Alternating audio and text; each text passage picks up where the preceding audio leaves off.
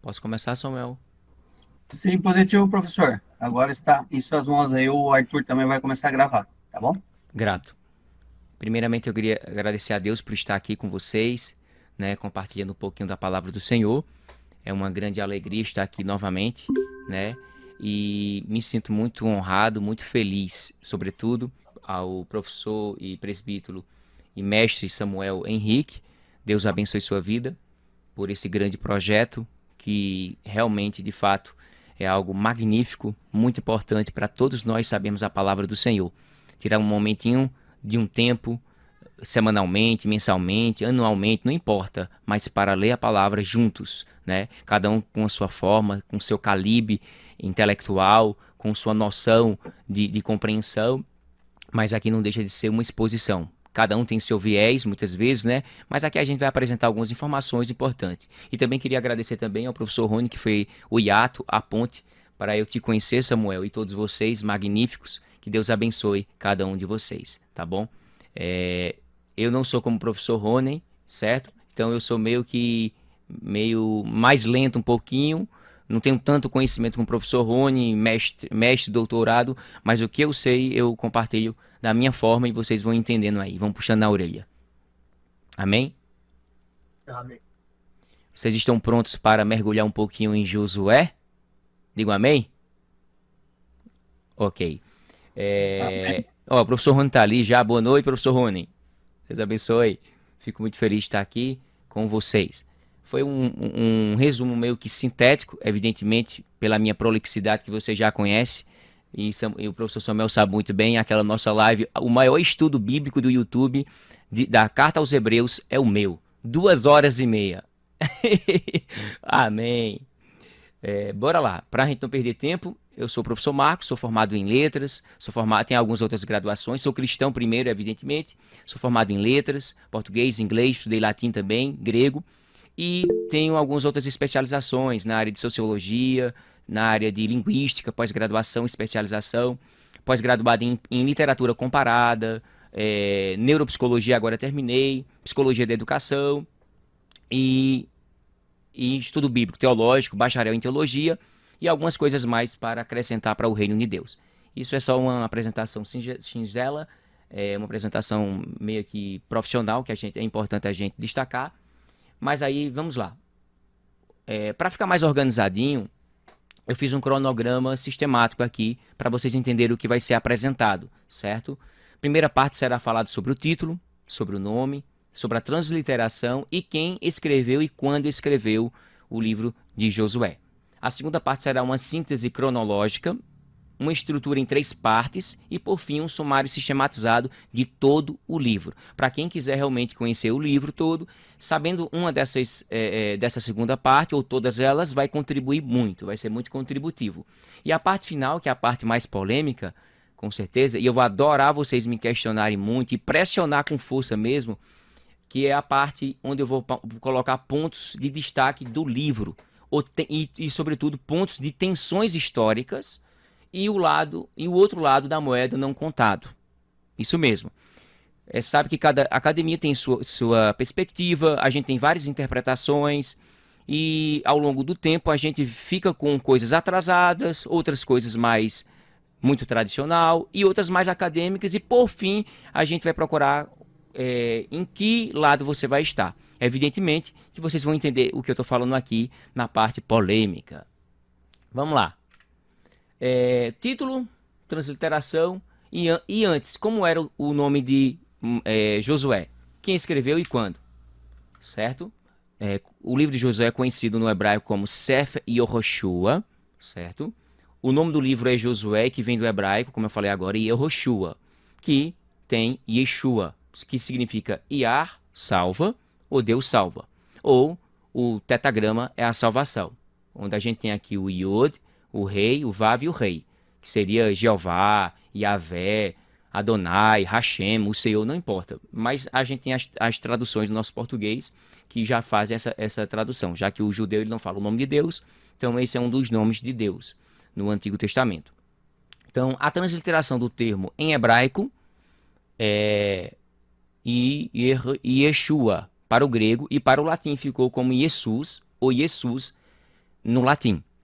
Então, a crítico a nível de entendimento geral, quando a gente pega um livro de Josué, a gente vem, acho que 90% ou 95% dizendo que o nome Josué é a transliteração do nome Jesus, certo? Só que tem que ter um ponto aí crucial para ser falado. Não é necessariamente o nome de Josué que é a transliteração para o nome Jesus, certo? Aí você possa dizer, seu gente, mas a gente vê nos livros aí dizendo que o nome de Josué, a transliteração é para Jesus, mas não é bem assim. Por quê? Não é a transliteração do nome Josué, mas a simplificação do nome Josué que se tornou em uma forma condensada. Seria uma abreviação.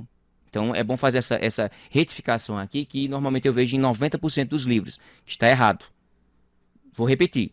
O nome Josué em hebraico é Yehoshua. O nome de Jesus no hebraico seria Yeshua. Yehoshua é a mesma coisa de Yeshua? Não. Então, quando eu digo Yehoshua, é o nome original de Josué no hebraico. Porém, quando eu faço a redução, a abreviação desse nome, aí ele se torna em Yeshua. Yeshua. Tem aqui, ó. Vocês podem olhar aqui, o Yod, o Rei, o Vav, o Shin, o Vav e o Ain, para Yehoshua.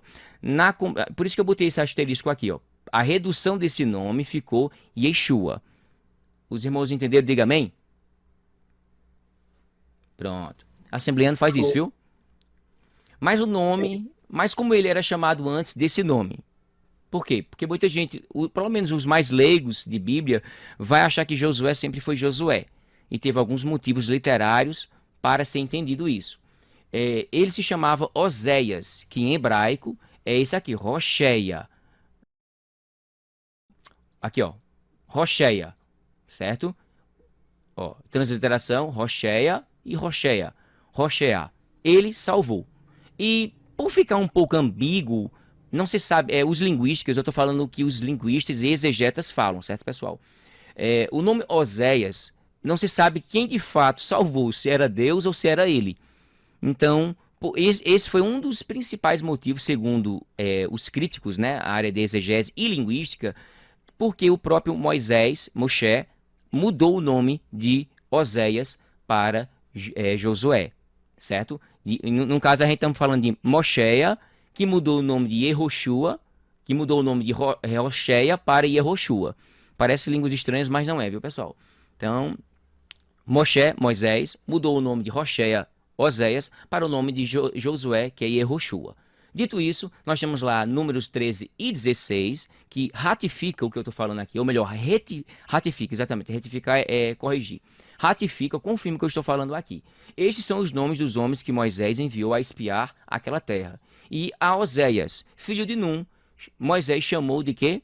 Yehoshua, Josué. Aí agora a gente vem a parte do autor, né? Segundo a tradição judaica e os linguistas, Josué escreveu o livro que leva o seu nome, com exceção, provavelmente, dos 5 últimos capítulos, que a gente depois possa discutir. Ou seja, 24 capítulos, 658 versículos. Qual a categoria do livro de Josué? Ele é considerado o primeiro dos 12 livros históricos. Nós temos aí de Josué a Esther. Ele recebeu o nome de Josué devido aos seus feitos heróicos e por ter sido testemunha ocular de Moisés e por ter se tornado líder de Israel. A data convencional bíblica, estou falando bíblica, né? Convencional é entre 1400 e 1370 a.C. Botei em vermelhinho e depois a gente vai discutir essa questão. Ok? Vamos lá. Josué, o livro de Josué, cadê? Sim. Segundo a arqueologia, aí a gente lembra que eu botei aqui no finalzinho que é segundo a cronologia bíblica, que vai entre 1400 a 1370. O que é que a arqueologia tem a dizer? Porque há muitos que pensam e bota como criaram várias hipóteses, né? Os irmãos sabem muito bem aqui, mais do que eu. São infindáveis hipóteses e reconstruções de hipóteses que se tornaram factoides nos dias de hoje. Eu considero factoides, em que você afirma uma hipótese. Uma hipótese é o quê? É uma explanação provisória ou uma explicação provisória de algo que ainda não foi comprovado. Então, tem gente que dá a sua vida por hipótese. Então, nós temos que ter cuidado. Eu já sou do outro lado da moeda. Vamos lá. Segundo os arqueólogos, grave bem, viu? John Gastigan e Brent Wood, depois de rigorosas escavações e comparações entre documentos antigos, determinaram que a queda de Jericó ocorreu por volta de 1400 a.C. Contudo, no início do século XX, detalhe, essa pesquisa ela foi feita em 1940 a 1950. Então, dos anos 30, 40 e 50, postulou-se muitas hipóteses, muitas ideias. Só que aí muitos críticos gigantes da Bíblia, ou céticos sobretudo, que nunca acreditaram e nunca vão acreditar, seja na revelação de Deus, são anti-sobrenaturalistas, e isso tem suas pseudo-verdades para eles, né? Nunca souberam dessas descobertas. Seria bom eles estarem vivos para ver essas descobertas. No século XX, foram descobertos vários documentos em Tel El Armana, no Egito, e em Ugarit, na Síria Ocidental, reconfirmando a data afirmada pelos dois arqueólogos, pois se referem aos Haribus em Canaã em 1400 a.C. E é unânime hoje afirmar que tenha sido escrito em um período depois da queda de Jericó, entre 1400 e 1375. E depois a gente vai fazer uma reflexãozinha sobre essa questão. Certo? Evidências internas da autoria. Josué ele é mencionado 27 vezes no Pentateuco, ou seja, existe uma linearidade histórica. Não simplesmente existiu o Pentateuco, aí outras pessoas criaram uma figura histórica de Josué para tentar cimentar aí, séculos depois, né? Como se os críticos acreditam que seja do século IV, século V antes de Cristo, talvez no período pré-exílio, ou mais delirantemente pós-exílico, que isso já se perdeu na academia, não tem mais. Existem algumas outras localidades, mas nos próximos anos a gente vai ver muita coisa vindo aí com gosto de gás. Então a evidência da autoria no livro do Pentateuco, há 27 ocorrências do nome Josué. Então eles são próximos ali. Segundo, em Êxodo, em Números, em Deuteronômio, eu botei todas elas aí, tá certo, pessoal? E o nome de Josué, ele é citado, ele é mencionado, ele é registrado dezenas e dezenas de vezes em quase todos os capítulos do livro de Josué, exceto no capítulo 16 que eu fui olhar. Os capítulos que tem mais o nome de Josué é o capítulo 10, 8 e 24. Então isso já é uma evidência interna, tanto externa do livro, no Pentateuco, como interna no livro de Josué. Não é uma figura que só é citada uma vez, duas ou três vezes, não, mas dezenas, se não centenas, se a gente for analisar em toda a Bíblia. Quais são as evidências internas? Se você pegar Josué agora e ir para o capítulo 1, verso 1 e verso 6, vai estar lá o pronome eu junto com o nós, né? O plural nós, né? Até que tivéssemos. E o outro que nos daria, tá certo? Mas isso não quer dizer que não tenha no texto, como existe no Antigo Testamento, até os dias de hoje, que tem. Isso são notas atualizadas em que outros escritores pós-Pentateuco, para atualizar o texto, colocaram. Isso eu não vou dizer que foi uma única pessoa que passou 100, 200, 300, 500 anos atualizando o próprio texto, que seria muito banal da minha parte, e eu estaria fazendo aqui uma leitura negativa, né? Uma leitura prematura, ingênua da minha parte.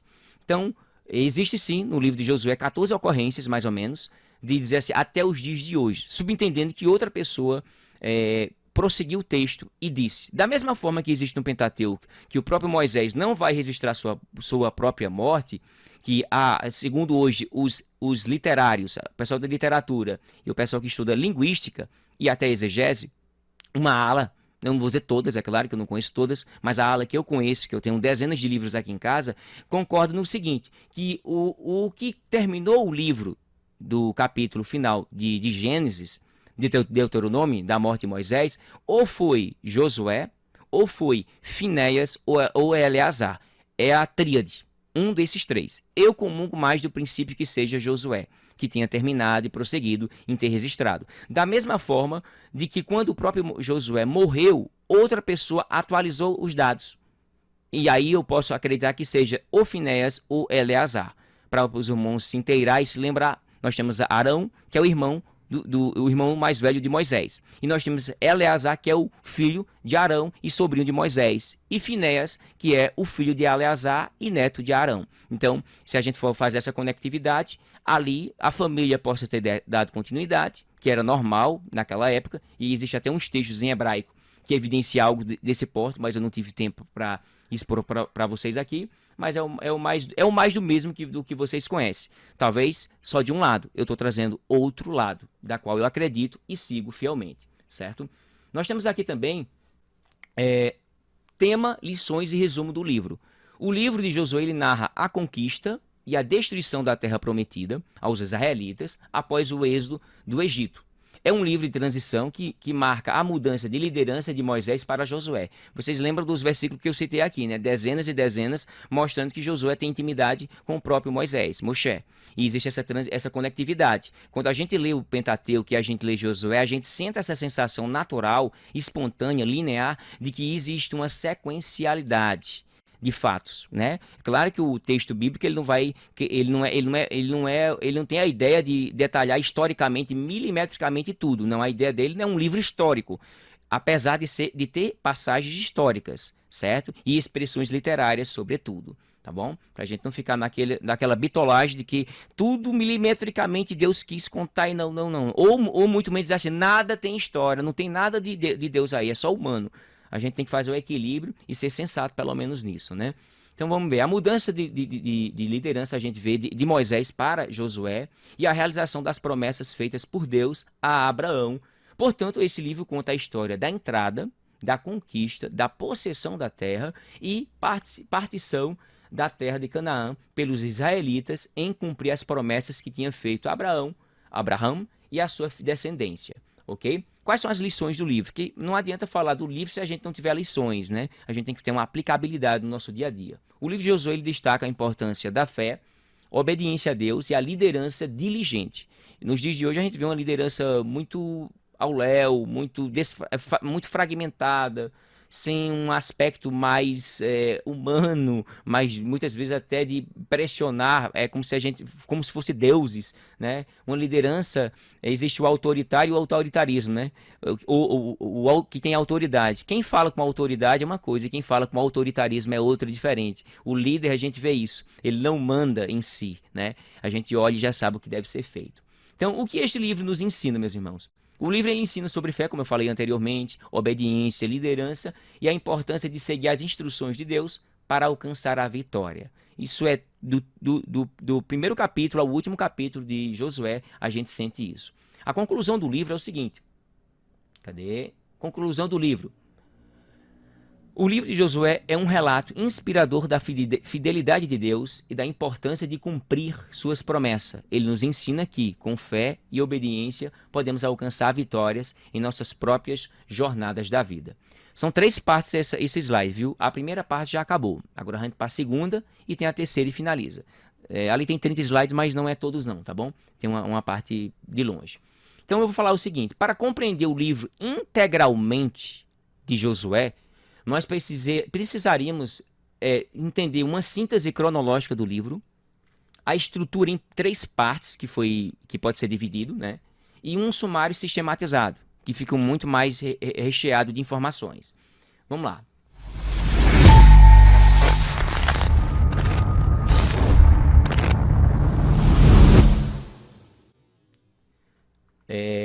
Síntese cronológica.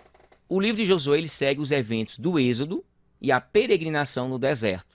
Inicia-se com a travessia no Rio Jordão. Principais eventos: queda das muralhas de Jericó, está em Josué 6 e 20. Captura e divisão da terra prometida, Josué 21, 43 e 45. E renovação da aliança com Deus em Siquém, em Josué 24, do 25 ao 26. Esses versículos eles representam momentos chaves na história de Israel durante a liderança de Josué após a entrada na terra prometida. Sim, e só uma coisa que eu me lembrei agora, quando o próprio Moisés troca o nome de Oséias para Josué, Yehoshua, né? Ele meio que deixa explícito ali a ideia. Se você analisar o hebraico bem direitinho, desde o início, se a ideia de Yehoshua, Oséias, ele salvou, quem salvou? Deus ou Josué? Que no caso aí é o próprio Oséias. Aí o próprio Moisés muda e diz, não, eu vou mostrar quem é a salvação. Aí coloca o nome dele Yehoshua, que quer dizer Deus é a salvação. Ele deixa mais especificativo, mais explícito. No nome anterior, ele é de forma implícita. No segundo nome, ele se torna mais explícito. É um detalhe mais hebraico aqui para vocês. Segunda parte. A estrutura do livro de Josué ele pode ser resumida em 3 partes principais. Primeiro, a introdução. Nessa sessão, Deus faz um discurso inicial a Josué, encorajando-o a conquistar a terra prometida, onde Deus promete estar com Josué na luta e instrui-o a seguir as ordens deixadas por Moisés, enfatizando a importância de ser um fiel seguidor da Torá. Isso é a introdução. Primeira parte. Essa sessão aborda a chegada das tribos de Israel em Canaã e a subsequente conquista da terra prometida sob a liderança de Josué. Ela descreve a tomada de várias cidades e inclui uma lista dos reis vencidos durante a conquista. Primeira parte, ok. Segunda parte.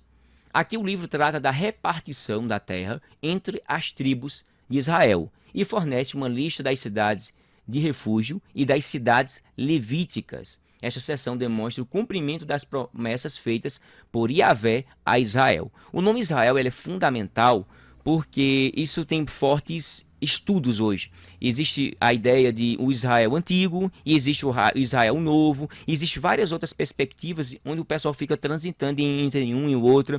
De acordo com novos achados arqueológicos, históricos, é que vai se ampliando. Muita gente vai mudando de posição e as coisas só chegam no Brasil depois de 10, 20 anos. É a vida, né? E a conclusão diz o seguinte. A última parte do livro apresenta a renovação da aliança em Siquém, onde Josué faz um discurso final à nação de Israel. Lembrando que a palavra Israel não é propriamente apenas um nome. A gente vê a palavra Israel. Israel em si, o povo. Mas o que me garante isso, professor Marcos? Se você estudar um pouquinho hebraico, você vai saber que a palavra Israel é composta de três partes aí. A gente fala o nome original todinho, Israel. E nem se atém à ideia que existe Israel, povo de Deus. Só a preposição Ra, Israel. Isso primeiramente é homem ou povo em si. Então, povo de Deus, nação de Deus. Então, não é um termo simplório, não. Então, é um termo que pertence a algum lugar. A gente chegar aqui em São Paulo, existe quantos São Paulos no mundo? Existe quantos Estados Unidos? Existe quantos Brasil? Né? Ou Brasil aqui, existe só um Brasil. Se eu chegar na China e dizer assim, eu fui para o Brasil. Mas qual o Brasil? O Brasil do Brasil ou o Brasil de outro lugar? Não existem 2 Brasils. Não existe. Então Israel é específico. E vocês vão entender já já o porquê eu falo isso. Porque durante muito tempo, os críticos literários, teólogos extremamente hiperliberais, que não acreditavam na revelação de Deus, diziam que o nome Israel ele é exílico.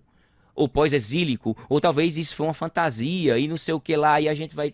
Eu trouxe algumas coisas bem legais aqui para a gente discutir já nesse slide.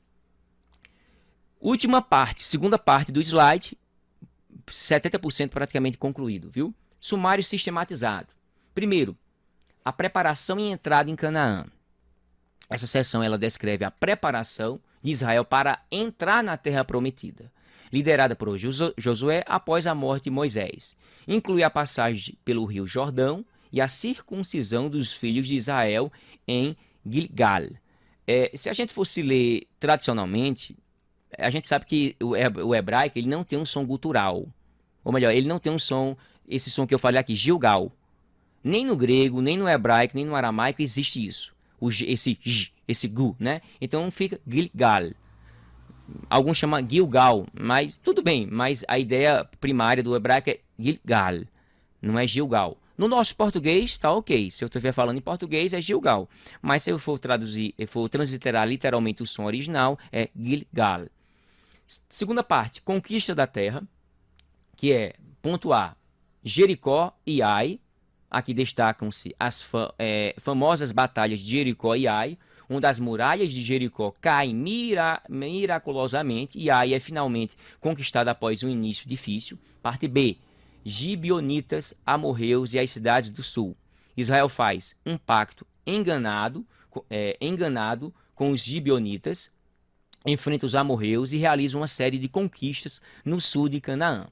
E parte C, que é os reis do norte. Josué lidera Israel em batalhas em batalhas contra os reis do norte de Canaã, consolidando ainda mais seu domínio na região. Parte D, lista de reis derrotados. Esta seção ela fornece uma lista dos reis derrotados por Israel, destacando os sucessos das campanhas militares. E nós temos a parte 3, que é a divisão da terra por tribos, do capítulo 13 ao capítulo 21. Após a conquista, a terra prometida ela é dividida entre as tribos de Israel. Cada tribo recebe sua herança designada. Número 4, despedida e morte de Josué. Então é claro que o próprio Josué ele não diz assim, eu morri assim, assim, assim, não. A gente tem coerência, né, nisso aí de que houve uma pessoa por trás ali, ao meu ver, ou Finéias ou Eleazar, ou qualquer outro, e depois, subsequentemente, novas informações foram acrescentadas como uma forma de atualização do acontecimento, certo? Isso é notório. Eu não creio... Não que eu limite o poder de Deus, né? Porque às vezes a gente fala assim, eu não creio em que sentido? Eu não creio que Deus seja capaz disso, ou eu não creio que isso aconteceu com fulano. O meu ponto é esse último. Eu não creio que o autor ele fez isso. Eu vou fazer isso assim. Não dizendo que Deus não seja capaz. Porque eu acredito que muitas coisas, meus irmãos, que a gente hoje, e quando a gente morrer, e a gente estiver diante de Deus, muitas coisas que a gente pensou, achou, brigou, lutou, se formou, se educou, de fulano disse isso não seria possível. Lá Deus disse, foi eu. Imaginemos nós aqui, não que eu concorde com isso, meus irmãos, professor Rony, Samuel e tantos outros. Imagine você chegando no céu e você dizendo assim, ô Deus, Yahvé, como é o teu nome mesmo? Aí ele vai dizer o nome deles, meu nome é tal. Me diz uma coisa, quem foi que escreveu a morte de Moisés? Fala a verdade, o seu dono da verdade. Foi quem? Foi Moisés, foi Josué, foi Finéias, foi Eleazar, ou nunca existiu isso? Aí ele, foi eu que dei revelação para ele registrar. Rapaz, você não sabe o quanto. Quer ver o filme? Vem cá. Aí imagine essa situação, meus irmãos. Isso é hipotético, viu? Isso é hipotético. Não é delirante não, viu, pessoal? Não vamos limitar o poder de Deus. Deus possa ter feito isso, mas é claro que eu não creio que isso possa ter acontecido. Deus tem outras formas de fazer as suas coisas. Mas eu criei uma ideia aqui hipotética, porque às vezes a gente possa dizer assim, eu não creio. Você não crê no sentido de que Deus seja capaz? Porque eu realmente creio que Deus seja capaz de ter dado visão e dar visão. Deus dá a visão. Deus é o Deus que dá, Deus é o mesmo Deus, certo? Eu não vou limitar Deus. Então eu creio que muitas coisas, ou algumas coisas, não muitas, mas algumas coisas, diante de Deus, ele vai dizer, foi eu que falei, foi eu que fiz, foi eu, assim, e foi. Pois eu passei a vida toda a comunidade acadêmica, leiga, tudo acreditava de uma forma. Pois estava errado. Pois é, fazer o quê, né? Então vamos lá. Detalhe, vou reiterar aqui, eu não creio que o Moisés escreveu sua morte, viu? Então os irmãos vão achar, eita, o irmão ele é bem fundamentalista, né? Sim, sou fundamentado na palavra de Deus, mas eu não sou fundamentalista, cego ou ingênuo de ser bitolado, achar que foi Moisés que, morrendo, né? Eu vou registrar a minha morte, ou o próprio Josué. Não, irmãos, irmãos entendam, eu estou falando essa informação porque é importante a gente destacar e falar, né? E, por fim, 4... O livro de Josué narra a emocionante conquista da terra prometida por Israel, cumprindo a promessa de Deus a Abraão, desde a preparação para a entrada de Canaã até a divisão da terra entre as tribos e a despedida de Josué, que não foi registrada por ele, mas por alguém que estava com ele. Vemos um povo guiado pela fé. Suas histórias ensinam lições sobre confiança em Deus, fidelidade à aliança e obediência. Josué inspira a fé e a determinação em confiar nas promessas divinas, mostrando que com Deus ao nosso lado podemos superar obstáculos e alcançar nossos objetivos. Isso é magnífico. E vem a parte final agora, meus amados. Terceira e última parte dos slides.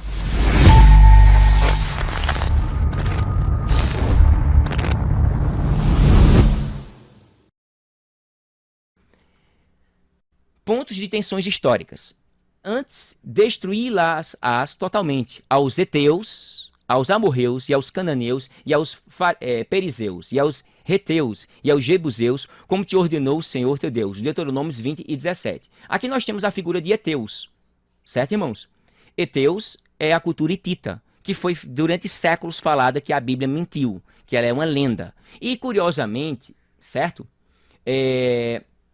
Em 1887, todas as pessoas que morreram antes não tiveram o prazer ou talvez até o desprazer de desconcordar dos teólogos da época, e ter o prazer de saber que essa cultura existiu e a Bíblia foi a única que registrou esse momento histórico em uma época que não tinha mais. Detalhe, se alguém falar que o Antigo Testamento, o Pentateuco, viu, meus irmãos aí, mestres, doutores, grave o que eu vou falar aqui. Se algum doutor da academia falar para vocês e para qualquer outra pessoa que o Antigo Testamento ele foi redigido, compilado 300 anos antes de Cristo, 200 anos antes de Cristo, ele foi uma criação dali, nada de 500, 1000 anos, isso nunca existiu, ele vai ser negacionista porque 1200, 1300 anos antes, a Bíblia já tinha falado, 1300 antes tinha falado sobre essa cultura. Só que só em 1887, na terra localizada de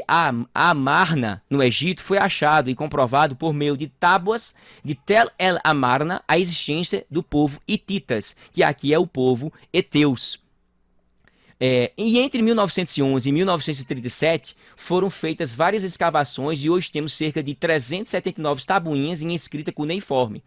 Essa aqui é a escrita cuneiforme, mostrando, atestando de que essa cultura existia, mas a Bíblia falava antes. Só que essa referência nunca foi dita nem no período exílico, nem no período pós-exílico, nem no período intertestamentário. Nunca foi falado. Por quê? Porque ela perdeu-se no tempo. Só que como a literatura judaica é muito antiga, e o que sobreviveu com mais veemência, depois de centenas de textos do Antigo Testamento, centenas, viu? E para acrescentar mais informação, a teoria da hipótese documental é uma hipótese que ele diz que existiam vários fragmentos de textos. Primeiro, nunca foi encontrado um texto hebraico com coisas separadas. Um capítulo num lado, capítulo 2 no outro, terceiro, quarto. Nunca foi encontrado. Viu, professor Rony Costa? Nunca foi encontrado um vestígio. Ele só hipotetizou. Ele foi influenciado por Jean Astruc. Aí o que acontece? Todo mundo que ironizaram dizendo que não existia essa cultura hitita, e a Bíblia foi chamada de que mentirosa, criadora de mitos. Foi, tá bom, 1000 e tantos anos depois foi descoberto essa tabuinha aí, as cartas de Amarna, tabuletas de barro escritas em cuneiformes durante o século XIV a.C., 1400 anos antes de Cristo. Contém principalmente correspondência diplomática e cartas de reis da Babilônia, Assíria e Sírio-Palestina.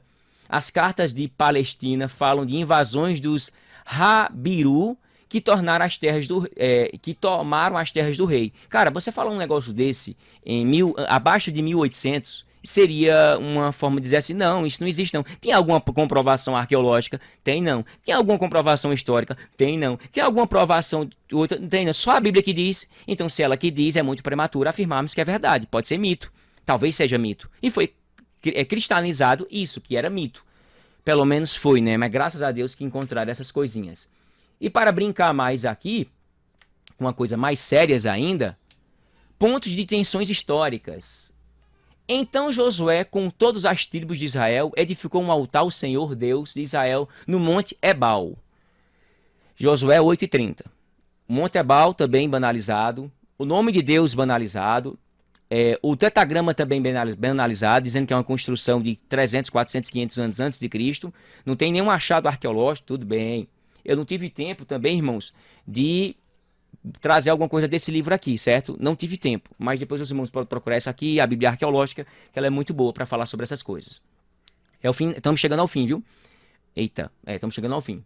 Foi achado a tábua da maldição no altar do Monte Ebal. Irmãos, escute que eu vou dizer uma coisa aqui. Eu tenho amigos, colegas, a gente que trabalha com intercâmbio aqui, eu sou da EREM, comentador, eu sou professor oficial de língua inglesa, e a gente tem acesso a várias pessoas de várias localidades do mundo, certo? Eu tenho amigos de Israel, eu tenho amigos de Alemanha, eu tenho amigos da Grécia, o professor Rony conheceu um na internet esses dias, não foi, professor Rony? Da Grécia, conhecedor, poliglotas, gente que mora em locos, que sabe, Estados Unidos, vários lugares do Brasil. Eu tenho um em Oxford, Cambridge, que falou pra mim, um colega meu, David, se ele estiver vendo aqui, Deus abençoe, depois dessa live, é claro, ele não tá aqui. Ele me passou informações que nas próximas décadas, grave isso, nas próximas décadas, a comunidade acadêmica, no que diz respeito ao contexto veterotestamentário, vai ser extremamente impactada. Vão ter que desfazer de muitas coisas, muitas teorias que foram colocadas como, só tem essa informação, acho que é assim, tal. Vamos naturalizar as coisas. já que a gente não crê em milagre, em revelação de Deus, né? Os extremistas da hipótese documentária, eles não acreditam em milagre e revelação, e até a deles que não crê nem em Deus. Eu não estou dizendo todos, viu? Não vamos cometer um suicídio aqui literário. Mas veja só, essa tabuinha do Monte Ebal foi encontrada ao norte da cidade de Nablus, em dezembro de 2019. Meus irmãos, vocês estão sabendo dessa tábua da maldição? Não. Algum acadêmico aqui do Brasil está falando? Não. Só alguns críticos, só. Por que não estão falando? Você vai saber por quê.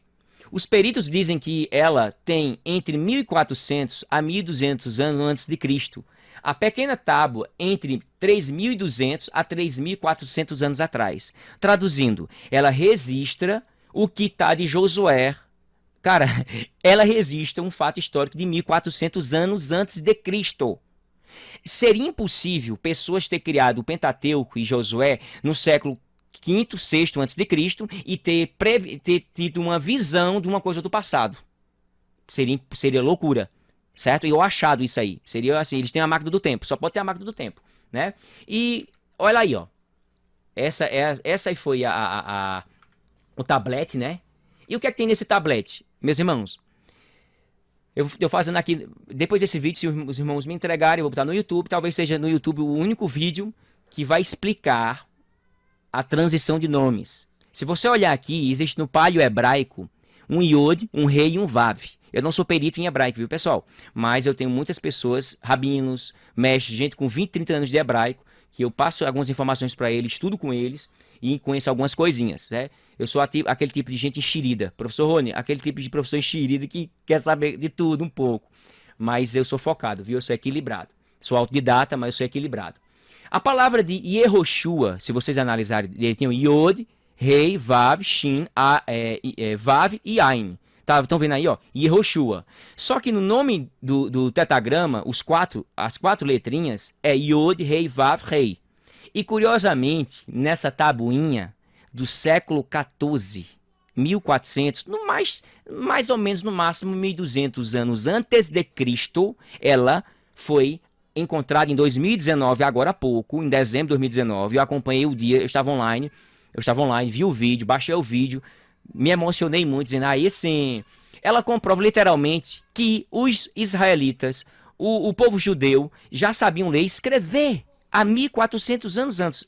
E veracida o Pentateuco, veracida a passagem de Josué sobre o Monte Ebal, veracida tanta coisa, e outra coisinha bonitinha, o nome de Deus, com 3 letrinhas. Vocês sabem que no Salmo 68, verso 4, fala que o nosso Deus é Já.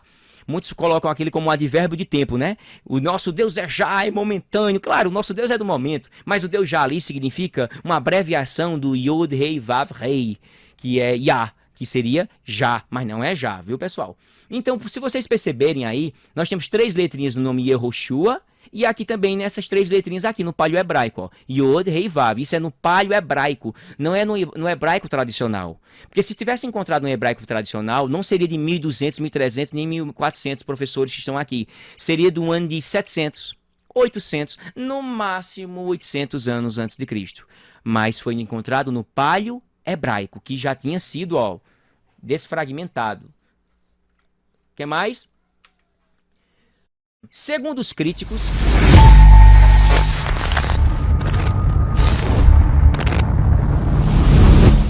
o Pentateuco e até mesmo o livro de Josué são frutos do exílio e pós-exílio entre 500 e 400 a.C. Nunca acreditei, jamais vou acreditar nisso, certo? E eu tenho muitas, são centenas de livros desse porte que acho que jamais vão ser traduzidos.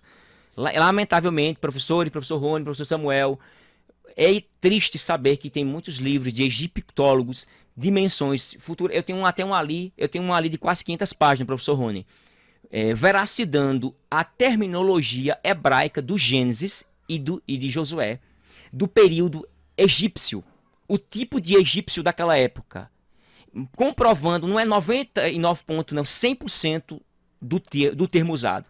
Foi feita em Israel uma pesquisa foi feita uma pesquisa de computador, professores que estão aqui, do Pentateuco, foram catalogados 20 mil palavras, professor Rony, para testar se foi fruto de um autor, 2, 3 ou 4 ou 5. E foi constatado que o Pentateuco é de 82% de um único de uma única pessoa. 82% de precisão de que o redator ali foi uma única pessoa e, claro, depois outros copistas colocaram alguma outra coisa a mais. Por isso que é 82% de uma única pessoa. O estilo literário, a forma de utilizar os verbos, as preposições, a morfologia do hebraico. Certo? Eu estou falando isso com base científica, não é especulação nem revelação além do alcance não, viu? Olho de Tandera não.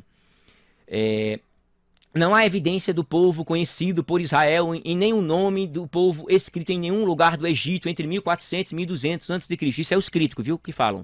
Não existe nenhuma comprovação. E quando achar? Aí a gente muda o nosso discurso. Aí a gente cria outra especulação, né?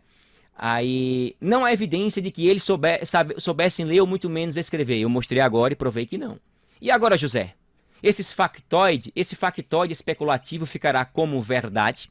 Porque durante muito tempo se achou isso. Só que, como eu disse, irmãos, muitas descobertas em 2019 não estão em à tona ainda. Então, daqui a 10, 20 ou 30 anos, ou 40, ninguém sabe, vai vir para a comunidade. Talvez, se a gente estiver vivo ainda, ou se não formos arrebatados, vão descobrir muita coisa que a gente acreditava fielmente que era verdade. Eu queria que vocês escutassem esse videozinho aqui. O camarada foi lá no Egito ver se tinha alguma comprovação histórica, arqueológica da evidência de Israel no Egito. E eu falei anteriormente que a literatura egípcia, todo inimigo, toda pessoa que fosse inimiga, eles destruíam o nome das pessoas. Então, tipo, se Poção fosse inimiga de Pesqueira aqui próximo, eles destruíam esse nome para ninguém nunca mais saber nas próximas gerações. Isso era uma questão literária, certo? E isso era estranho. Mas isso é a cultura deles. Ao invés de registrar que houve pessoas, não, então... E depois foi encontrado nessa bichinha linda aqui, ó.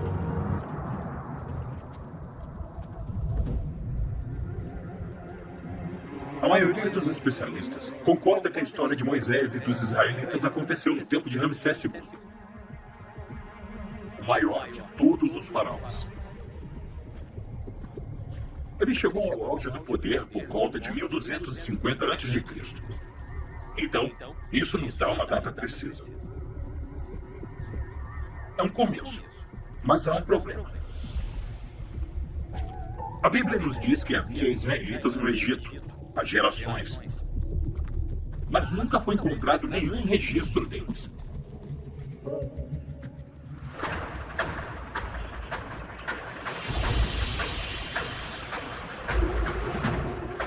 Cidade do Cairo, Egito. Mas me disseram que é uma pista irresistível. Para rastreá-lo, vou a um dos maiores museus do mundo, Museu Egípcio Cairo.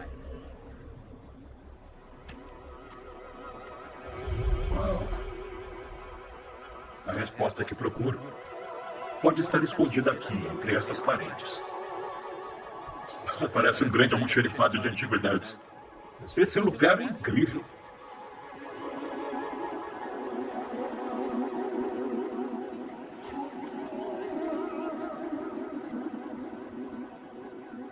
Estou aqui para conhecer Meredith Brent, uma arqueóloga que trabalha no Cairo. Existe alguma coisa nos registros egípcios que descreva a presença de israelitas? Tem uma coisa que eu gostaria de mostrar, e que fica bem aqui nesse canto. É uma estrela. Tem uma coisa aqui atrás que é muito interessante. Uma pista vital, mas escondida nas sombras. Se olharmos aqui, essa é a estrela da vitória de Merneptah. Está linda? Sim, é incrível. Esse é Merneptah, o cara no meio. Ele é filho de Ramsés II. O Ramsés o Grande. O Ramsés o Grande, sim, é filho dele. E ele governava em 1200 a.C. Mas o que é realmente impressionante está aqui. Essa parte parece que perdeu um pouco a cor. É a parte em que as pessoas mais tocaram. Então, o que temos? Essas duas folhas de junco, um Y. Essa coisa comprida com duas linhas é uma corda, é um S. Isso é uma buca, é um R. Um junco só é um I. Então você tem um abutre, é um A. Então tem outro R. Os antigos egípcios não tinham L na língua, então quando escreviam palavras estrangeiras que tinham LS, eles usavam R. Isso significa Israel. Então isso aí diz Israel. Israel. Essa é a primeira e única menção da palavra Israel em um antigo texto egípcio. Isso é incrível.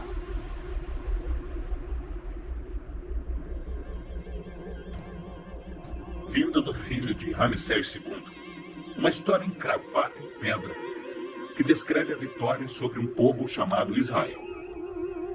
Mas é só o que existe. Os israelitas são o centro da nossa história. Então, por que há uma única menção a Israel em todo o registro egípcio? Talvez o problema esteja no nome. E se os israelitas fossem chamados de outra maneira?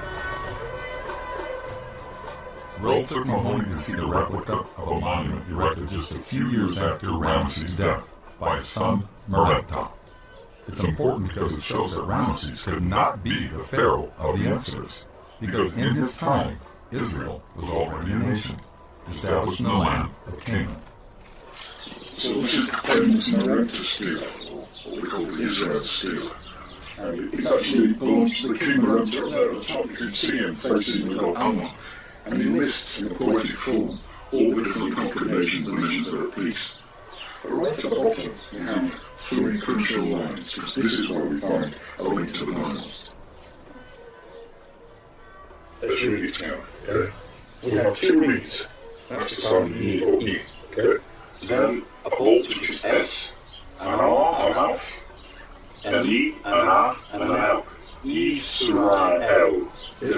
Israel. This is the only time that we see this name in the Egyptian monument. After the name Israel, there is 2 fricassees, 2 seated figures of 1 man and man, and 3 strokes in the name. These 3 strokes mean plural. So it means the people or nation of Israel. And then this is the interesting bit. It says, Fekti bin Peret F. Israel is laid waste, his seed is no more. What does it mean? No, it's a sort of poetical way of saying they've been overcome, defeated. All these phrases here are like that. It's a poetical phrase that they're doing. How significant is this then to the story of the Exodus? Well, for me it's very important, because if we're talking about Ramesses II and Merenptah being at the time of the Exodus and Moses and Joshua, this just doesn't fit the pattern. It's not chariots wandering around the Sinai, lost in the desert, or during the wandering period of Moses and Joshua. There seems to be a political entity.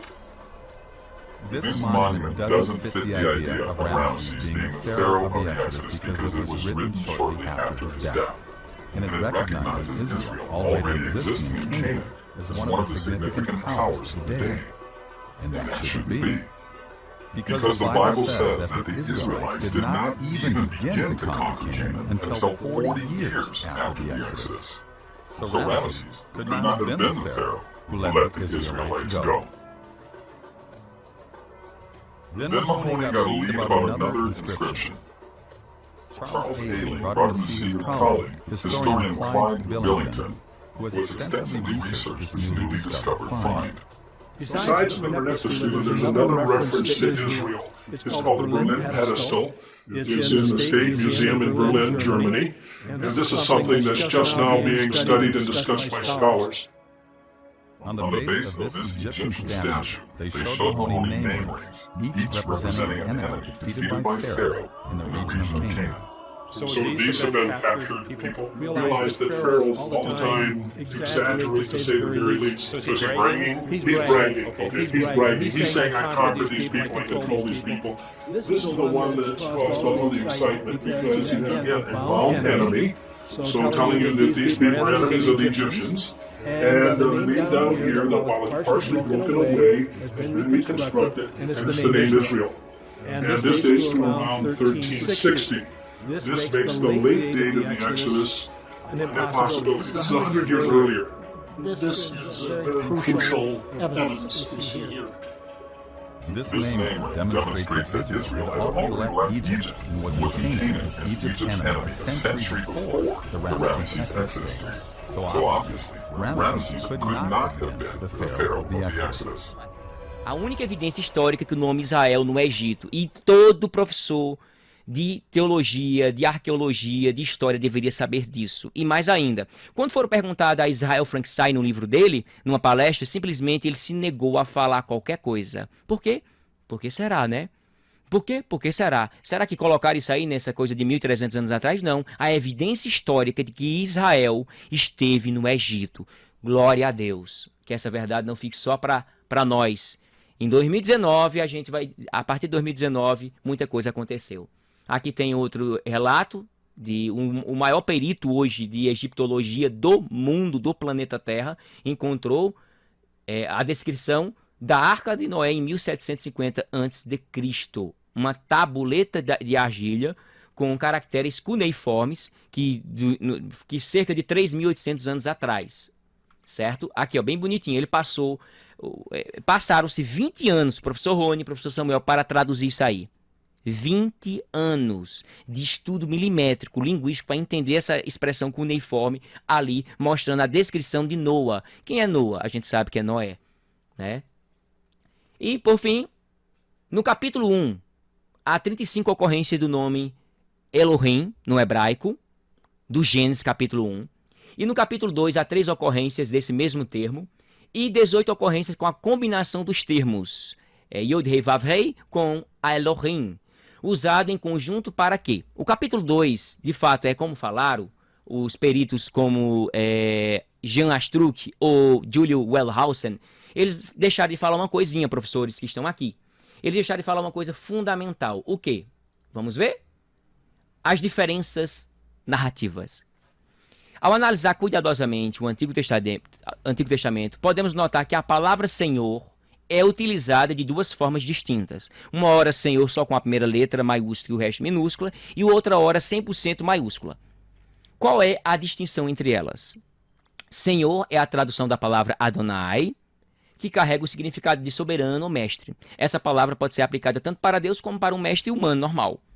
Por outro lado, o Senhor completo observa as letras maiúsculas em diferentes tamanhos. Isso é chamado de versal versalete. Professores aí que estão aí, quando alguém passou hebraico para vocês, instrumental, algo semelhante, falaram sobre a versal versalete do texto hebraico?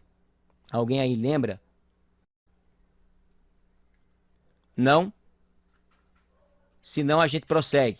No Gênesis 2 e 4, existe essa expressão aqui, ó. O Senhor Deus é usado para quê? Se você olhar Gênesis 1, meus irmãos, tá em hebraico aí, não tá? Tá. Você vai ver o nome Elohim aí. A proposta da hipótese documental é dizer que no Gênesis 1 só foi usado uma expressão e no 2 outra expressão.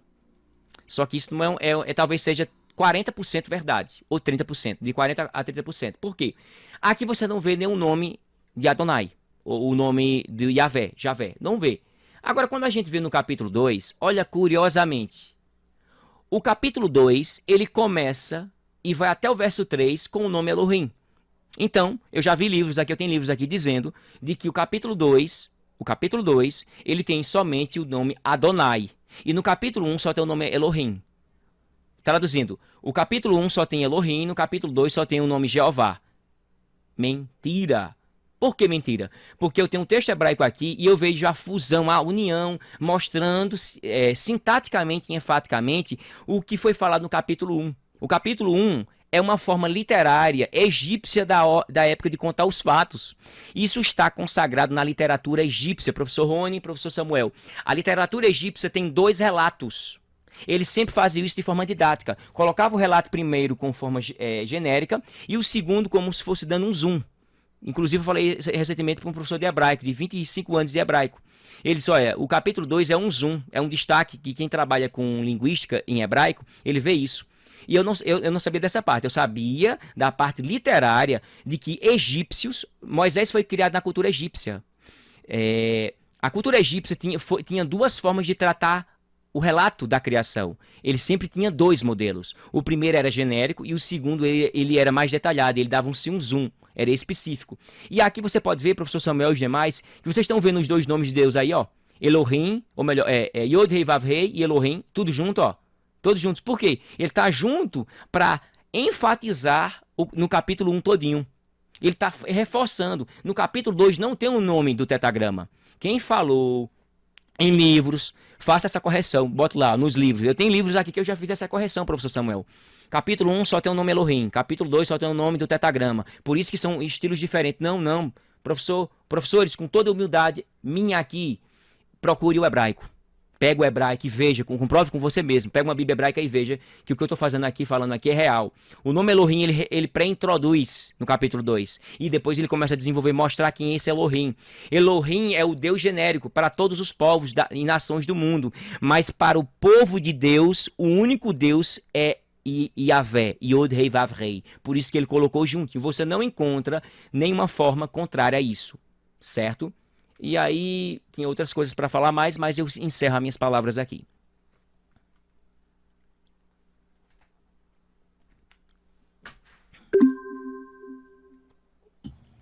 Maravilha, professor. Mas é muito conhecimento para pouco tempo, né? Mas foi Desculpa, top, muito top. eu tenho uma mania de pedir desculpa, mas eu vou pedir desculpa do perdão à prolixidade, foi um afunilamento, tinha muito mais coisa para falar, mas como é muita informação, eu quis trazer com exclusividade para vocês, né? O outro lado, os outros lados da moeda, né? Professor Samuel, professor Rony, e é importante que a gente tá aqui. Não é obrigado você a acreditar no que eu falo, no que eu trago para vocês. Pesquisem, analisem o que foi falado. É só isso. Maravilha, Rony. Obrigado por fazer essa ponte, né? Antes de o Rony entrar ali, ele falou que você é o responsável por esse ato, né? Então, o professor Marcos é um professor que... e assim como o professor Rony também é nosso queridão, malvadão. Aqui para tirar atenção, que é muita coisa na mente. Mas ficamos maravilhados mesmo com essa aula.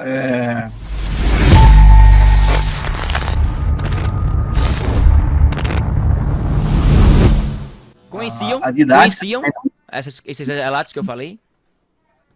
Pouca coisa, professor, pouca coisa. Eu confesso que pouca coisa, porque entra mais na área de arqueologia, né? E, de fato, eu ia acrescentar também a questão daquele papiro do Ipuver, né? Exato, aquilo ali é fantástico, que eles tentaram fazer de tudo para eliminar, mas ficou guardado, mostrando milimetricamente os dados, uma cultura que veio, que deixou eles opressores, que eles perderam, e o povo egípcio, como eu falei na literatura, eles riscavam seus inimigos, para ninguém saber nunca mais sobre a história desses camaradas. Isso aí, então, esse papiro de Ipuver, para quem não conhece, inclusive o professor Gusso falou para nós, né, Rony, na aula também, lá no mestrado, e é um papiro de 1820, que foi do escriba que ele relata, na verdade, né, a questão ou seja, 1800 anos, né, depois que foi achado de Cristo, né, do período lá do Êxodo. E aí, como é que fica? Foi o mesmo achado ali dos hititas, né, que o professor Marcos pôs muito bem. Aí caiu um descrédito quem? A Bíblia continua com crédito sempre, né? E aí eu comentei ontem também, estava conversando com os irmãos ali, a própria questão lá que o professor Marcos falou, a questão das próximas décadas, e aí essas pessoas que batem, aí tem eu comentei também aquele astrônomo, vocês acho que já ouviram falar lá do Jastrow, ele, como agnóstico, ele coloca lá os astrônomos e Deus, né? Ele fala que os agnósticos, na sua montanha de dúvida e ignorância, eles caminham até o alto do monte, eu creio que vocês já ouviram essa expressão. Sim. Quando eles chegam lá no topo, eles vão encontrar um monte de teólogos, são as pessoas que estudam a Bíblia, né? Somos nós. Somos nós que se dedicamos, que sabemos que, como disse Jesus, né? Santifica-os na verdade, em João 17, a tua palavra é verdade, a gente sabe disso. E voltando também em Isaías 44, 25, é um texto que eu gosto muito, e aí ele fala assim na NA, eu obrigo os sábios a recuar, quando eles acham que estão com a verdade, né? E faço a sua sabedoria em tolice. Então é um texto que eu também fico maravilhado, mas essa aula foi top, muito boa. Obrigado. Pode preparar mais, né, Rony? Vai ficar aí, igual o Rony já é titular aqui, do professor titular da academia, né? Colocou o professor Marcos também. Então, irmãos, eu vou abrir para pergunta aí, passando primeiramente para o Rony, né, para fazer as considerações também, depois, como diz o professor Saião, né, 6 de cada vez para não tumultuar. Boa noite, queridos, paz do Senhor. A minha fala é só de agradecimento mesmo ao professor Marcos por aceitar gentilmente o nosso convite. por tomar esse tempo precioso para estar com a gente aqui e compartilhando aí sua perspectiva. Obrigadão, professor. Você sabe que eu te amo do fundo do meu coração, professor Rony. Você, professor Samuel, vocês são meus irmãos em Cristo. Eu os considero muito mais do que vocês imaginam. Eu sinto honrado. É recíproco. Pode crer. Vou passar para os irmãos aí para fazer perguntas. Se não tiverem, eu vou fazer pergunta aí, tá? Amém. Não me Professor. pergunte o nome da mulher de Josué, viu? Professor, Oi. mais uma questão de consideração ali, professor. Eu tava conversando com meu pai, quando se mostrou aquela tabuinha do Montebal, e tinha a tabuinha perfeito. do lado esquerdo e o significado do lado direito. É que eu, volta e meia, gosto de ver outras línguas, sabe? É uma coisa até que eu gostaria de aprender no futuro.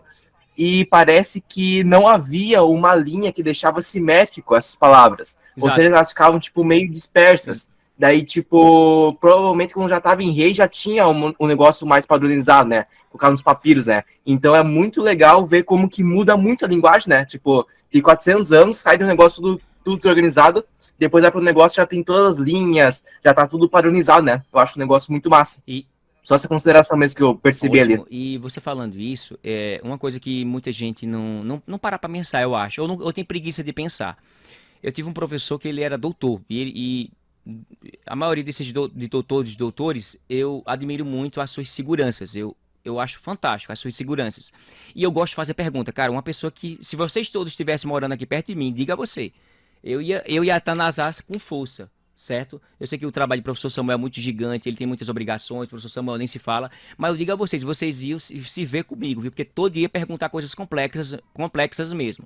Mas aí eu perguntei a ele, no curso de pós-graduação de teologia, do seguinte, que ele afirmou o seguinte, ele tinha um viés, ele disse o seguinte, olha, ele falou sobre, ele comentou sobre o Pentateuco, aquela coisa toda, que poderia ser meso ou pós-exílico, aquela coisa toda de 300, 400, 500 ou 600 anos antes de Cristo. Que existe alguns críticos que creem porque eles tentam anular a revelação de Deus por Moisés. Mas se Jesus falou várias vezes sobre Moisés, eu acho meio assim estranho. Jesus estava errado, equivocado, pobrezinho errou. Não, ele não errou.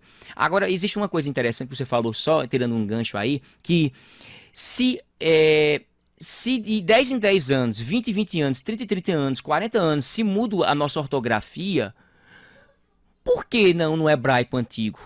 Não poderia mudar o estilo de se falar algo, relatar algo, professores que estão aqui. Se o relato de Gênesis 1, 2 até o outro, para mim eu mostrei aqui, confiram lá no hebraico. Será que depois de 100, 200 anos, a forma de aplicar aquelas informações seria a mesma? Será que... eu vou falar uma palavra, o que quer dizer a palavra presto em Apocalipse? Vocês sabem? Vocês não vão se lembrar. Sabe por quê? Porque essa palavra, ela deixou em desuso em 1945. Oxe, professor, eu sou professor, uma coisa que eu amo é estudar palavras. Na minha pós-graduação em linguística, eu estudei centenas de palavras. E a palavra presto era usada em Apocalipse para dizer assim, eis que presto venho. Algumas traduções antiguíssimas tinha. Aí agora diz o quê? Eis que a qualquer momento venho, guarda o que tu tens. O termo usado lá era eis que presto. A palavra caiu em desuso e se tornou arcaica. Então ela não se usa mais. Então, se no intervalo de 5, 10 anos tem palavras que caem em desuso e a gente começa a adequar o nosso diálogo, por que no Antigo Testamento isso não poderia ser?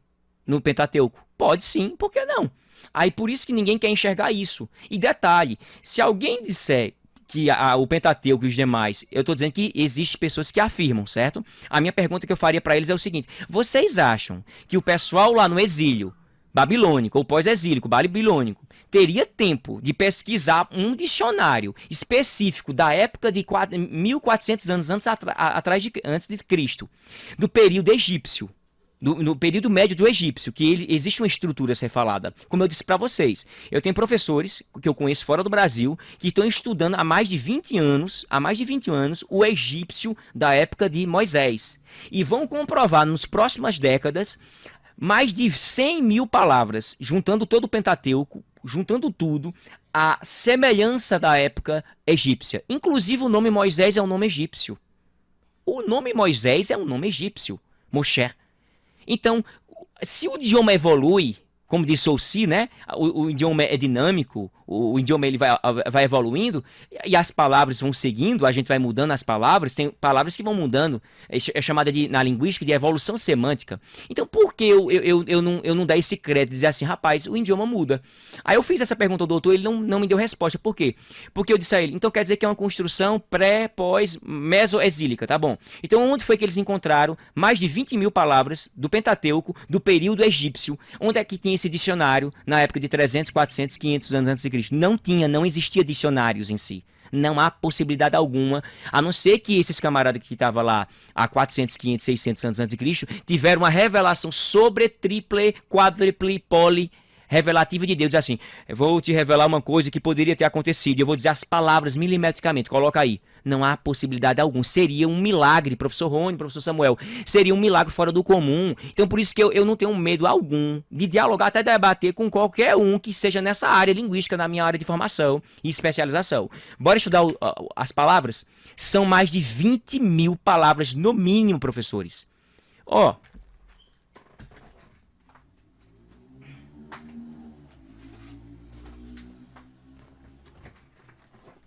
você não tem ideia, a confirmação de todo o Pentateuco em egípcio, 1 a 1, eu estudo egípcio também. Esse professor Marcos é meio maluco, né, professor Rony? Até egípcio, ó, egípcio, paleo-hebraico, tudinho aqui, comprovação 1 a 1, segunda, são mais de 10. Isso aqui eu gastei mais de R$500, só pra você ter uma ideia, comprar o PDF do camarada lá e imprimir para eu analisar milimetricamente. E os meus colegas do fora do Brasil, de estudo hebraico, grego, egiptólogos, sabe o que é que eles fizeram? Ó, nas próximas décadas, se não traduzir para o português, vai chegar perto para espanhol, outros idiomas, não vai acabar, vai dar um abalo gigante na academia teológica. Só esse achado de 2019 agora já se mostra. Os papiros que foram encontrados, os pergaminhos de Qumran, só depois de 100, 200, 300 anos é que o pessoal vão falar pra gente alguma coisa. Então, meus irmãos, a gente não pode ficar bitolado somente com o que os outros dizem. Há coisas grandes para serem vindas nas próximas décadas. Que nem diz o amigo meu, ai, ela machulha. Ó, pessoal, só primeiramente para servir de exemplo para todos nós aqui, minha esposa chegou agora do centro, ó que deram lá na praça para ela lá, veja. Aí, ó. Ô, Glória! Aí, ó, tem que distribuir Bíblia aí, que o pessoal tá distribuindo o coordenado aí, tá vendo?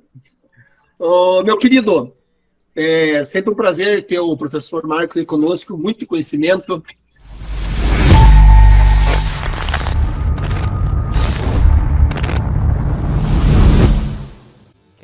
Fique tranquilo. O senhor falou, eu sou acelerado, o senhor falou, fique tranquilo que pessoas como o senhor, assim, que tem muito conhecimento e muito amor e muita vontade, eu imagino que a vontade que o senhor tem, isso é um verdadeiro cristão, né? Assim como todos os demais que estão aqui também, mas assim, é essa vontade de transferir o conhecimento que faz com que nós consigamos identificar a veracidade de um cristão. Glória a Deus.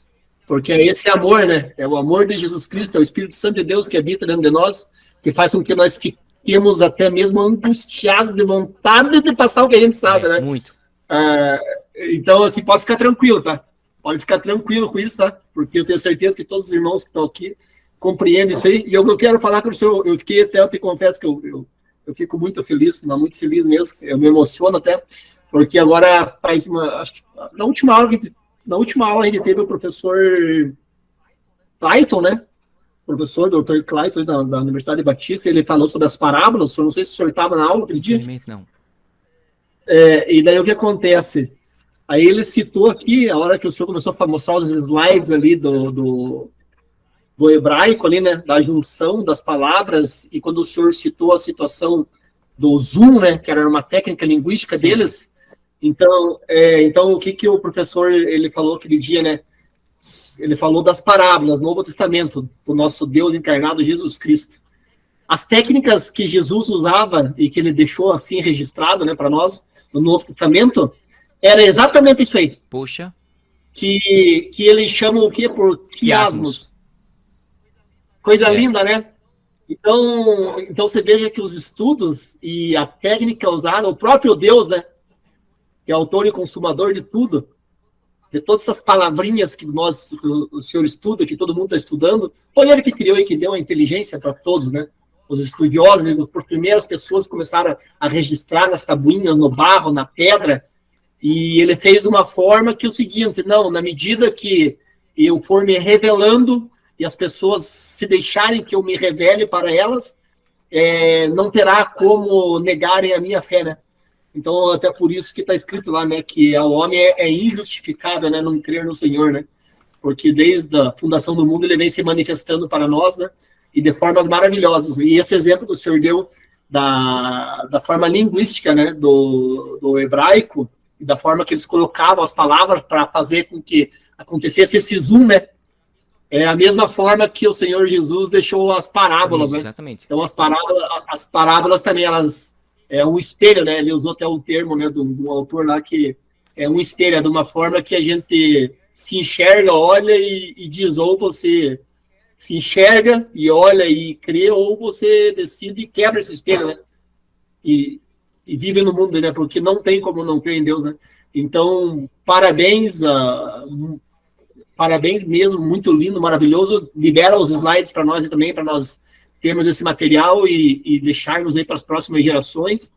E sempre que o senhor puder estar conosco aí, é uma honra e um prazer ter o senhor com nós aqui. Deus te abençoe, meu queridão. Obrigado pelas palavras. Estou à disposição de vocês, todos vocês, certo? Todos. Maravilha, então. Mais alguém para fazer uma pergunta, colocação? Nós aqui, Samuel. Vai fundo aí, beijo. A paz do Senhor, meus irmãos. Primeiramente, né, agradecer o professor Marcos, a forma, vamos citar, científica, literária, arqueológica, geológica, mas de grande profundidade que nos aguça a buscar mais da palavra, né, porque nós acabamos de entender, né, aquilo que é a essência, né? A essência no ipsis litis, né? Isso que nós muitas vezes na leitura não observamos, né? Mas com a sua maneira de trazer esse ensinamento, né? Vem demonstrando aquilo que Deus colocou como prioridade, né? Como Moisés foi né, Jesus Cristo, né, mas foi o maior líder que houve na Terra para poder comandar lá 3 milhões de pessoas no deserto, né, e ter uma autoridade. E com essa presença, essa proximidade de Josué com Moisés, né, como o mentor, o professor, Josué também teve essa condição. E o desfecho de toda essa história é aquilo que na promessa com Abraão de que a nação seria uma terra prometida, seria Canaã, e que daí desse processo, né, desde Abraão, Moisés e Josué, onde tem a terra prometida, vem todo o desfecho de toda a história até nós chegarmos em Cristo. Então a sua explanação foi ipsis litis, onde realmente é a essência, né, daquilo que muitas vezes, desde lá de Gênesis, né, para chegar nesse desfecho que é Jesus vindo com o objetivo de trazer a salvação, trazer a transformação, né, mas todo esse contexto o Senhor nos trouxe com um grande valor, né, foi estupendo, né, a palavra é essa, foi extraordinário. Amém, fico grato. Maravilha. Uma colocação aí do queridão, nosso queridão Gelson. E retribuímos novamente, né? Fazemos a palavra do bispo e as nossas. Mais alguns irmãos aí para fazer alguma pergunta, fazer alguma colocação? Vou fazer uma pergunta aqui com respeito ao professor Marcos. Em tese não seria uma pergunta, né? Porque eu tenho conhecimento da questão, então aí a gente sabe, né? Nunca faça uma pergunta que você sabe a resposta.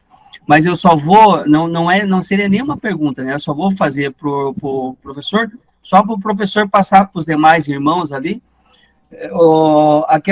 Tem várias, né? Mas uma bem simples que geralmente, principalmente o Marcão e o Rony, né? Que são raízes da Assembleia de Deus, a questão da fita de Rabi lá, que simbolizava o sangue de Cristo, e aí você vai, aí houve um monte de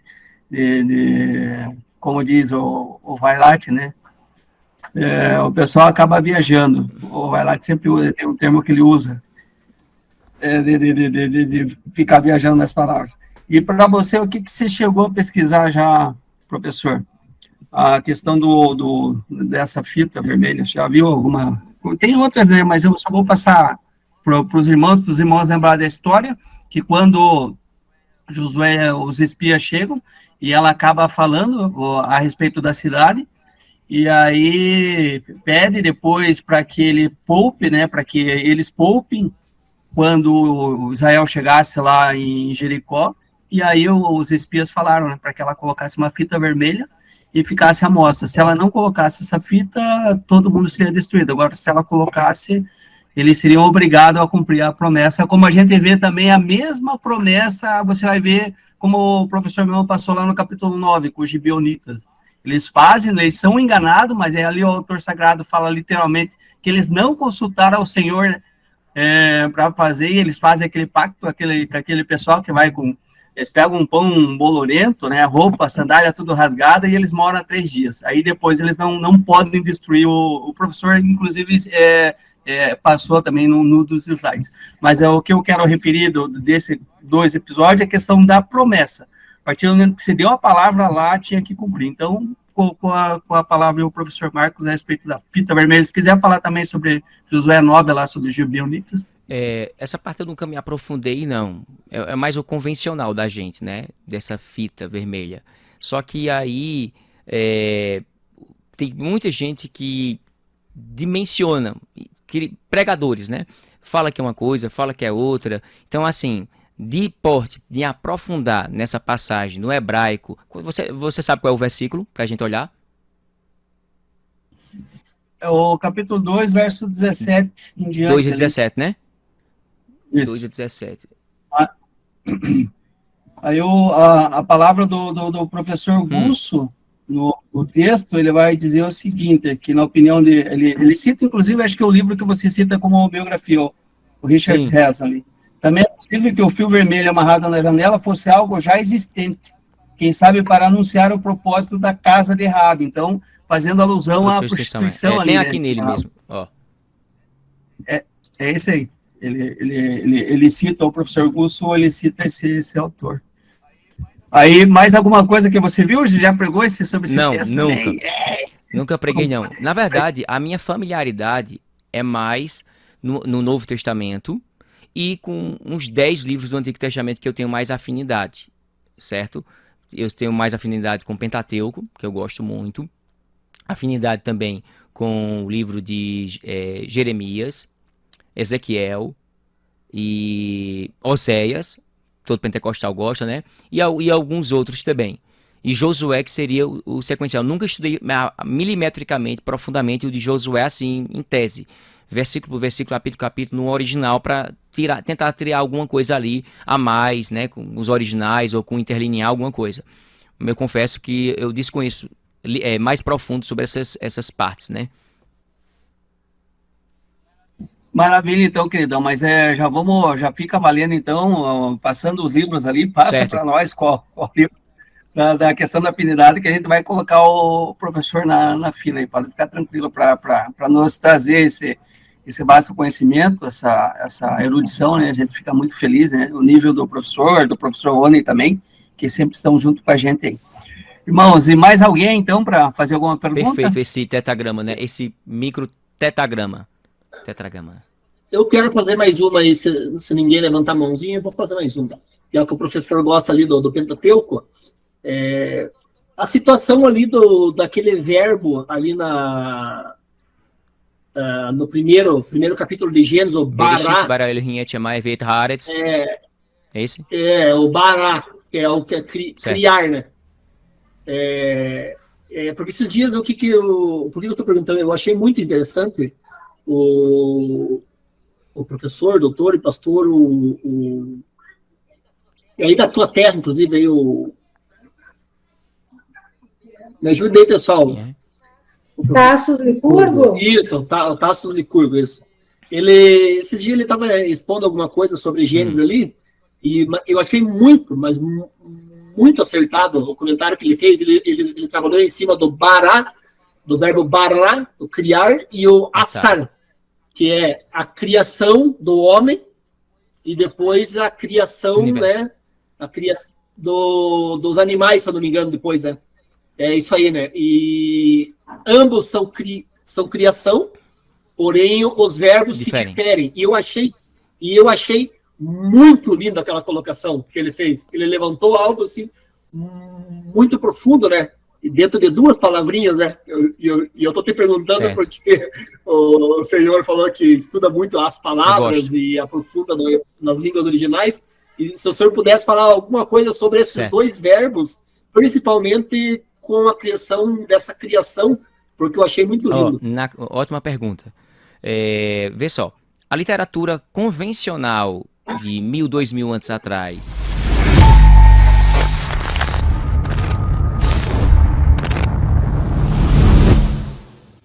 tudo, até Heródoto ou qualquer outro que se dimensionou, a história em si, geral, acreditava que o mundo era eterno. Grave isso na sua cabeça. Se alguém disser que a Bíblia é uma mitologia de acontecimentos sumerianos, acadianos, isso é um perigo a gente falar isso. Não a gente no sentido, a gente leigo, o leitor leigo, né? Por quê? Porque um plágio que não existe nessa época, plágio é moderno, o nosso plágio hoje é moderno, não existe isso na antiguidade. Era convencional de que o mundo era eterno. Segundo, de que os deuses foram criados, de que a humanidade foi criada a partir de um sangue de um deus mau, e pronto. Era só isso convencionado. Só que quando o próprio Deus dá a visão, a revelação para Moisés,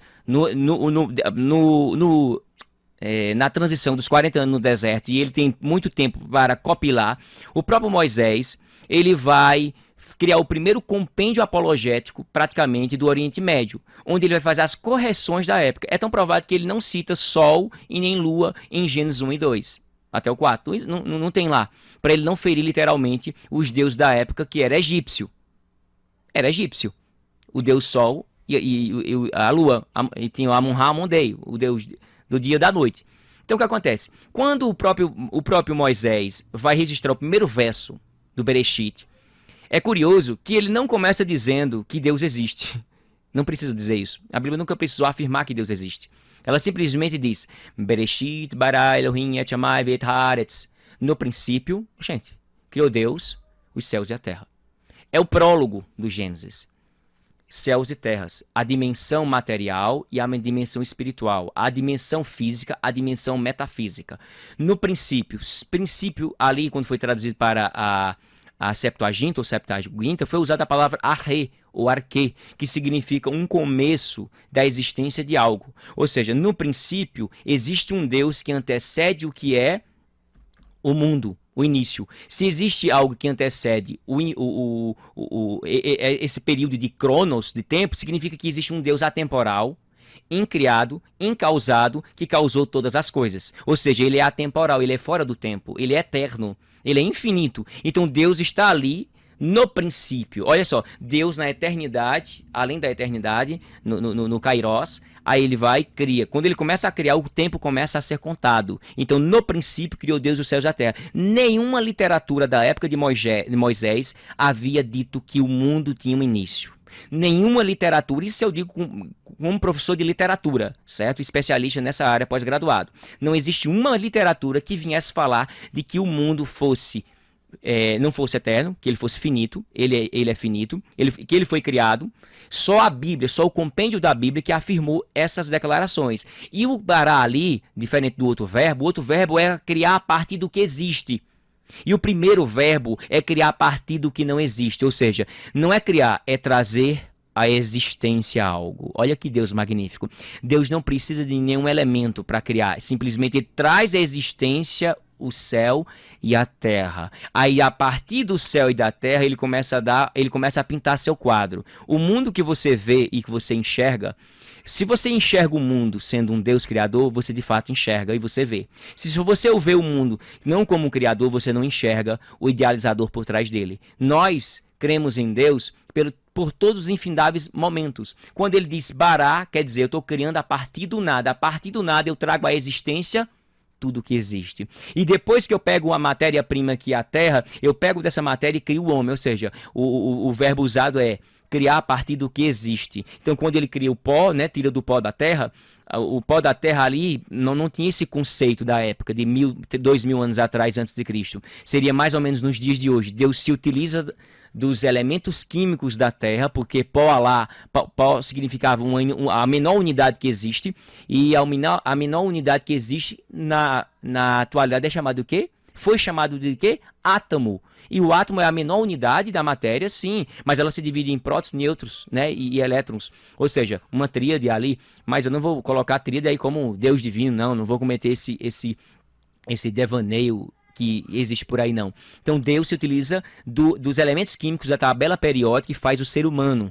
Não é do barro da terra, é do pó da terra. Pó significa a menor unidade. A gente já dá uma sopra assim, o pó é a menor unidade. Ou seja, dos 92 tipos de elementos químicos da tabela periódica, Deus se utiliza de 60 a 62. E ali formula o ser humano e coloca dentro dele algo que teria que ser imortal, que é a alma, a parte intangível, imaterial, dá um sopro de vida nele. E esse homem, esse ser formado a partir do que existe, ele é colocado algo dentro dele, algo imortal, que é a alma. Como eu sou traducionista, então eu creio que daí por diante o ser humano tem capacidade suficiente para criar um ser tricotômico, com corpo, alma e espírito. Amém? Não sei se respondi, né? Coisa linda, coisa linda. Inclusive o nosso querido Samuel Henrique, o mestre Samuel Henrique, que nós também nos adoramos e aprendemos a amar, igual todos vocês, aí, que tem proporcionado aí para nós aí a criação desse, é o melhor que proporcionou para nós, né, o Clube da Bíblia, que traz para nós aí conteúdos que inimagináveis, né, pelo menos para mim, né, porque eu sempre comento até, inclusive, aí, quero dar um alô aí pro Diógenes, que tá aí, chegou no finalzinho, mas vai ficar gravado, tá, Diógenes? O que acontece? Quando que eu, Chester, né, teria acesso de tamanha informação, né, cultural, histórica, profunda, né, pessoas maravilhosas como vocês, irmãos, que dedicam a vida de vocês, né, ao estudo das Sagradas Escrituras, das línguas originais, que também se relacionam com doutores, mestres do mundo inteiro, que se aprofundam e têm isso aí como missão divina, né, de levar a verdade, né, de serem a luz do mundo, o sal da terra, verdadeiramente, né. Vocês, sinceramente, vocês são maravilhosos, e se o Samuel achar por interessante, já que o senhor gosta muito, eu gostaria um dia de ver o senhor expor aí Gênesis, tá? Gênesis, de uma forma aí da criação, né? Esses verbos aí, se o senhor quiser selecionar outros também, né? Ou se vocês puderem amadurecer isso aí. Amém. Beleza, querido? Deus te abençoe mais uma vez. Hein? Vocês são magníficos. Maravilha, não, sim, vamos alinhar para frente aí, tem mais livros, inclusive o livro de Jó, o livro de Isaías, né, principalmente o capítulo 40 ali, que fala sobre a criação, maravilhoso. Outro livro que eu gosto muito também de Jeremias, que o professor Marcos também gosta, vamos alinhar para frente, pode ficar tranquilo. Então, queremos agradecer a todos, professor, mais uma vez, muito obrigado.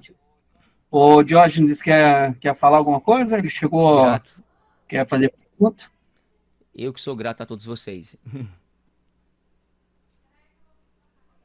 Maravilha, então. E o Rony está por aí? Vou pedir para o nosso querido e amado Rony Malvadão fazer essa oração para nós, por gentileza. Rony, mano. O Rony, como diz o Ove Wegener. Ronei. Tem um sotaque, né? O R mais pesado que eu já ouvi no meu nome, na pronúncia do meu nome. Ô, queridos, então vamos orar, né? Senhor, te louvamos, te agradecemos por esse momento, te agradecemos pelo Clube da Bíblia, te agradecemos porque esse espaço, ele nos oportuniza um momento de escuta, de reflexão bíblica, de aprendizado, não apenas de acumulação teórica, mas de aprendizado para a vida, porque a sua palavra, Senhor, ela é viva, ela é eficaz, ela é apta para instruir, para discernir as intenções do coração, ela nos instrui no caminho da justiça, da paz, do amor a Deus, do amor ao próximo, do perdão, ela nos ajuda a sermos melhores, e te louvamos por isso, Senhor, te agradecemos, te louvamos porque esse é um espaço para tudo isso e também de fomento da nossa devoção, da nossa comunhão com o Senhor, da nossa comunhão com o próximo. Muitas vezes, nessa sociedade tão agitada, somos engolidos pelas demandas do dia a dia, somos suprimidos pelas muitas obrigações, pelos muitos deveres, e temos aqui um espaço que nos permite e que nos incentiva a comunhão com o Senhor, a comunhão com o próximo. Te louvamos pela vida do professor Marcos, pelo seu comprometimento com a sua palavra, pela sua boa vontade de estar aqui para compartilhar do seu conhecimento conosco, que o Senhor possa continuar abençoando ricamente, assim como todos os irmãos aqui do clube, e nas suas vidas, no seu dia a dia.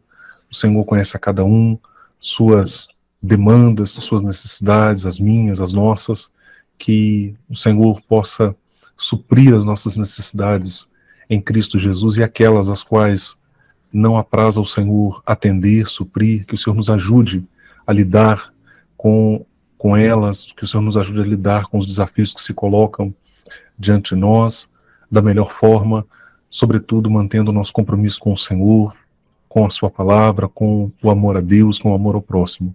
Oramos, pedimos ao Senhor essas coisas e, sobretudo, lhe agradecemos, meu Deus, em nome do Senhor Jesus. Amém. Glória a Deus. Maravilha, glória a Deus. Obrigado por esse privilégio mais uma vez a todos, né? O professor Rony também. E já vou conversar com o Rony no particular ali para lecionar o mês que vem para nós aí. Irmãos, fora essa semana, na outra, a gente vai falar sobre Juízes. E aí, Samuel, o primeiro e segundo Samuel já foi dado. Primeiro e segundo Reis, o professor Rony conversou com o professor Liseu, né? Já deu ok. E aí, creio que vamos alinhar a agenda novamente para o professor Marcos. Então, obrigado a todos, mais uma vez. O vídeo, o Arthur vai passar para o professor Marcos, para ele diagramar lá, para ele deixar ótimo. Top. E aí a gente vai deixar à disposição, como também vamos pedir mais um favor para o Marcos, né? Vai passar o do Rony lá também, ele vai passar os dois para o professor Rony fazer, o professor Marcos fazer essa gentileza para nós. Deixar alinhar os dois vídeos. O professor Marcos é perito também, né? Então, para nos dar fazer essa gentileza, para a gente deixar disponível também nos nossos canais, tá bom? Um forte abraço a todos. Deus abençoe então, todos muito vocês. obrigado. Grato. Obrigado, professor Rony, professor Samuel. Deus abençoe as suas vidas.